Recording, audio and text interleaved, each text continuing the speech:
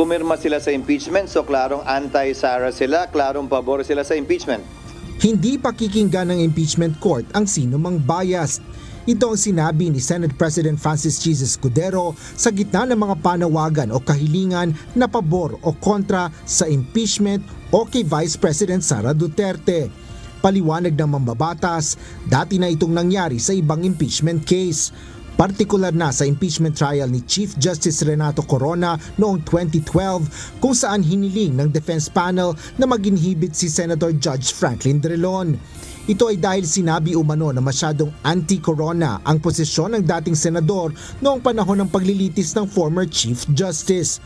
Ngunit ang desisyon anya ng impeachment court doon ay hindi pwedeng pagbotohan o pag-usapan sa impeachment court.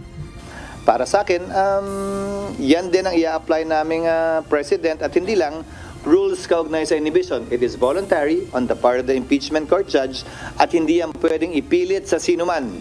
Pabor man kay VP Sara o kontra man kay VP Sara. Pabor man sa impeachment o kontra man sa impeachment.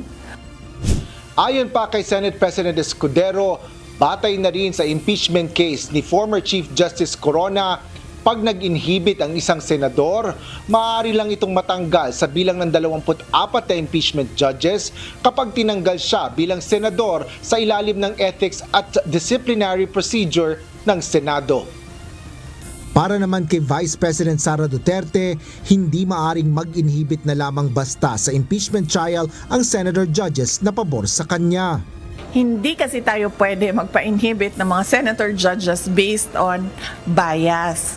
Dahil ang posisyon lang naman ng isang tao is you are for or against Inday Sara, no? Kung ganun ang ating basehan sa inhibition, ay dapat din natin ipa-inhibit ang mga senators na meron ding bias against Sara Duterte, no? Tulad na lang ni Senator Risa Ontiveros na in a public speech, sinabi niya na kailangan talaga burahin or kailangan wasakin, kailangan sirain, gibain ang pamilyang Duterte.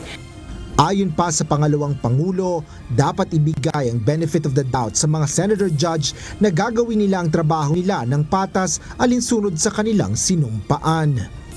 Asher Cadapan Jr., UNTV News and Rescue.